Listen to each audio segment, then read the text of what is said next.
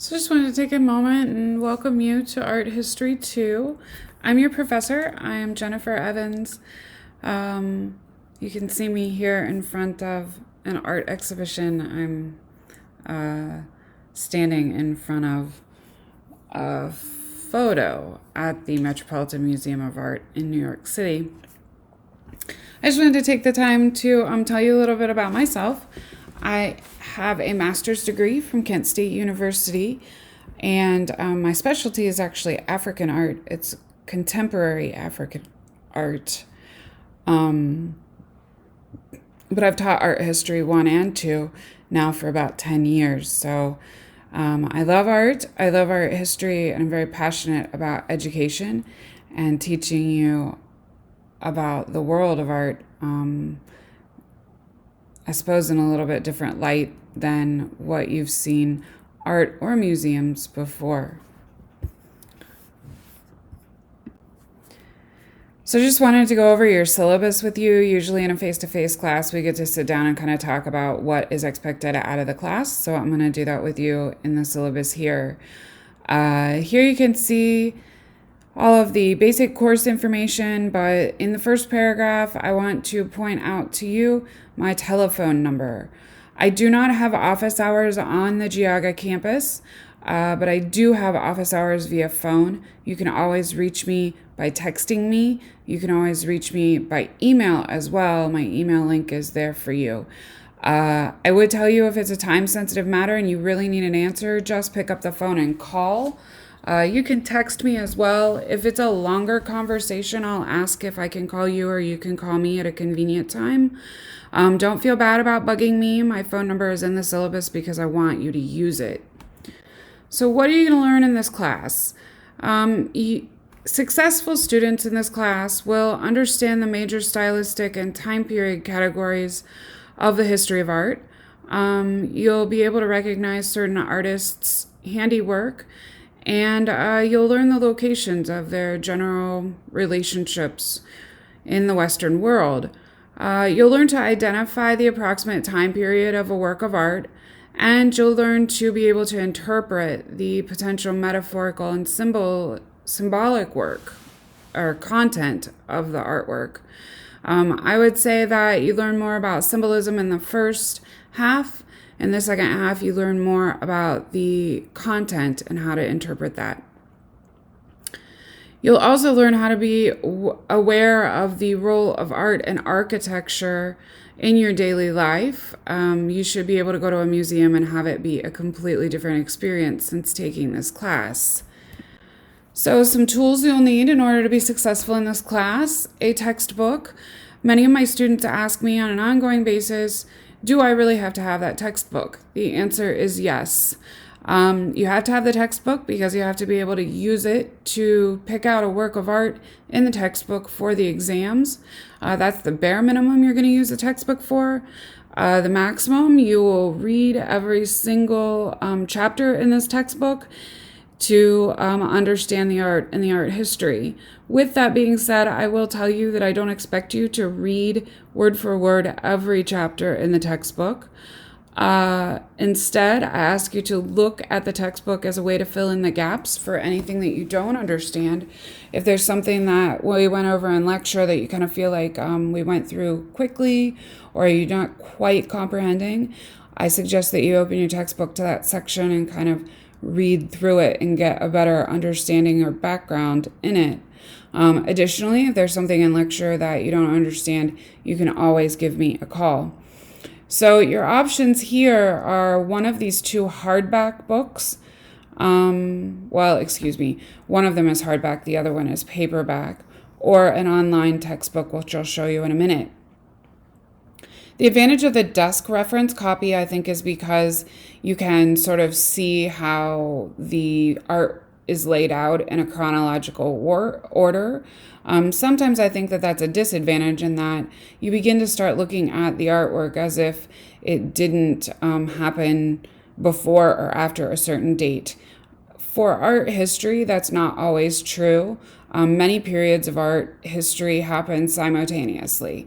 And so, because of that, getting a linear perspective of how things fall in time isn't always as realistic as understanding how the art parallels each other. So that's the disadvantage to having the print copybook. The advantage is being able to sort of see the progression of how art starts and how it ends in the contemporary world. As well as, for some reason, I just like to be able to have my hands on actual paper. I like to be able to write in the textbook. I like to be able to circle things and remind myself of information that's in there. So from that standpoint, a desk reference copy might be better for you. Also, if you know you have to take Art History 1 and 2, the Art History book that's on the left, the one that I am using, has both Art History 1 and 2 inside of it. So from that standpoint, you might save yourself a little bit of money by purchasing the bigger edition. And like I said, that's the edition on the left. The edition on the right is a composite textbook. It's the second half of the hardbound textbook, and it's what we use here in Art History 2. If you should happen to be online and find a textbook that is not the same edition as to what I'm using, just be positive that it's the entire book, meaning Art History 1 and 2 together, or that it is volume 2. If there is a volume 1 written next to the title, that means that it is the first half of the textbook. In this course, you don't use the first half of the textbook, you only use the second half. So your other option would be an online textbook. You see above the picture in the Reveal Access graphic here, a link that will take you to purchasing this textbook online. I'm sorry, no, you see a link that will activate the textbook for this course. Purchasing the textbook online would be something that you would do through Pearson, or I know of other companies that rent them. Either way, the big point is here is that you need a textbook. The next thing most students want to know is, how do I get a grade in this course? So there are quizzes for each unit that we take, or that we read and process. Those quizzes are really designed to help you process the information within the text. A lot of times I think my students find them challenging. They're really not that large of an amount of points that they're going to make a major impact on your grade if you maybe get 5 points on one instead of 10. However, if you miss the quizzes altogether, that's definitely going to bring down your grade significantly. In the exams, you get 3 opportunities for an exam. Exam 1, Exam 2, and a final. Those are not accumulative. Once you've been tested over the information that we go over, I don't ask you to repeat that information in an exam. So you get 300 points from that. And then the Delve Deeper response I use to substitute for a research paper because going to a museum at this given point in time is not possible due to COVID-19. So you do a Delve Deeper activity for each unit. That Delve Deeper activity gets graded and it's worth 10 points each for a total of 120 points. This gives you a total of 540 points total for your course. This is the standard KSU grading scale. I just want to point out to you that a 92 is the exact same grade as a 100 in this course. So if you have a nice strong A, don't get too hung up on 1 or 2 points. All right, let's talk a little bit about classroom assignments. The first thing I want you to understand is that all assignments are due on Sunday at midnight. With one exception, the exception to that is the final exam. The final exam is given to you on a Monday and is due back by a Wednesday or Thursday. I want you to know that I don't take assignments through email. I only take assignments through Blackboard, and I do not take late assignments at all. If you have prearranged an extension for a project, I will honor that, but you have to do it at least 48 hours in retrospect to the due date. I do not entertain requests of last minute extensions. And I'm pretty firm on this because I feel that it's not fair to the others who did their work on time. As far as exams go, they are essay in nature and they are sent to you through your KSU email. You will turn them in on Blackboard on a Sunday evening completed. All essay dates are in the assignment calendar. I'll go over that calendar with you momentarily. Each essay will be a compare and contrast essay, and it'll be based on 2 images that you've never seen before. Those images you will have to figure out where they belong in the history of art and write a compare and contrast essay about them. Should you happen to miss an exam, a makeup opportunity will be given for a student who has a valid university recognized excuse. I do understand that we're in the middle of COVID. You would have to provide me some sort of proof in order to be late on an exam. But I am a pretty reasonable person if you simply contact me in advance. So, with that being said, I want to remind you that this class is a lot of reading and a lot of writing. KSU expects that I will keep you engaged in lecture or other activities at least 3 hours a week. That takes place of you coming to class for an hour and a half twice a week.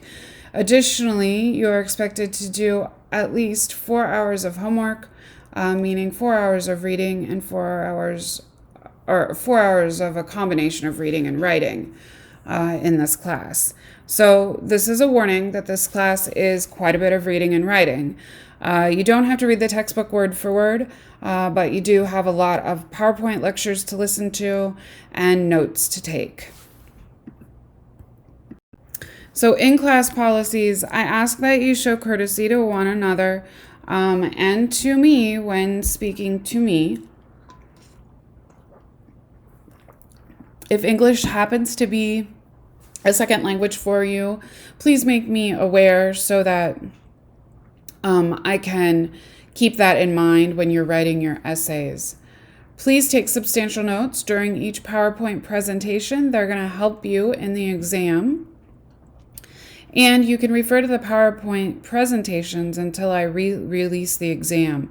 Once the exam is released, PowerPoint presentations are closed. Contact me if you don't understand an assignment or a paper or instructions. And you'll need to contact me in time for you to return the assignment due by the posted dates. You do have access to a lot of digital images. Most of those images are copyrighted, especially in the contemporary art. A lot of the images actually belong to me, so I ask that you please not use them for commercial purposes. Don't make t-shirts out of them.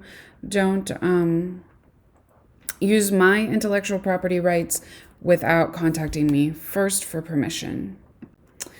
Another thing that I want to point out to you is that you need to advocate for yourself because we don't actually see each other face to face in class. I can't look at you and be concerned about something that might be going on because I can't see you physically. I don't know necessarily if something might be challenging for you. And so because of that, I just ask that you reach out, contact me when you need help, and that you let me know if something's going on that you might need help with. Disability services is listed here. If you should need to report a disability, here's the way that you do it. In addition to, I think most professors, including myself, are pretty understanding when it comes to disability accommodations. You just need to bring them to our attention. Attendance matters. You need to be in class. Logging into Blackboard 2 to 3 times a week is you being in class. So how do you do that? You can access our course by going to learn.kent.edu. log into Blackboard, and on the far left-hand side, you'll see this link for our course. It will take you to the homepage of our class. If you have trouble accessing our course, you can use this phone number, 330-672-HELP, to get a hold of the KSU Help Desk, and they will help you with any technical difficulties you might have. This is our assignment calendar. In the first column, you'll see the week number and the dates of the week. You can see this is our pre-week or our miniature week. It starts on Thursday and ends on Sunday. The next column tells you the unit number. I organize our classes into different units so that you can follow along more easily in Blackboard.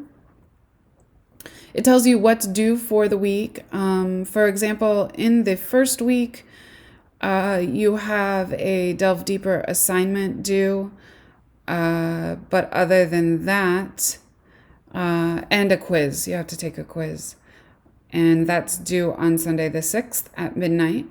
And important side information is always listed in this right-hand column.